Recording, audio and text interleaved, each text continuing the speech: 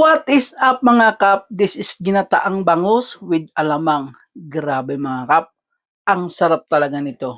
Mapapa-only rice ka pag ganito ang ulam mo. At pag natikman mo, sabihin mo na naman, o diba, talap-talap na naman. At kung gusto mo ring matutunan, tara, luto tayo.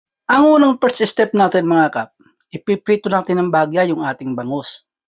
Hindi ko na yan kinaliskisan kasi prito naman. At saka para hindi din masyadong mamilamsik yung mantika natin. Pag ganyan nakapula, okay na yan mga kap. Hanguin na natin. Sa pinagprituhan natin ng bangus, naglagay lang tayo ng sibuyas, bawang, at saka luya. Gigisa natin hanggang mamula yung mga aromatics natin. Mapula na yung aromatics natin mga kap. Ihulog na natin yung pritong bangus. Pagkatapos, ihulog na rin natin yung ating isang pouch ng gata. Pagkatapos yan mga kap, lalagyan natin ng kalahating tasa ng tubig. Tapos yung spicy alamang na ginawa din natin, ilagay na natin mga kap. Tapos lagyan natin ng 2 yolk ng itlog na nilaga, yung gagamitin nating pampalapot. Tapos dudurugin natin yan mga kap. Pag kumulo na mga kap, ilagay na yung mga pampalasang sangkap.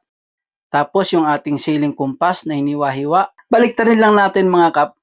Tapos hayaan nating maiga yung gata para magmantika. At ayan na nga mga kap.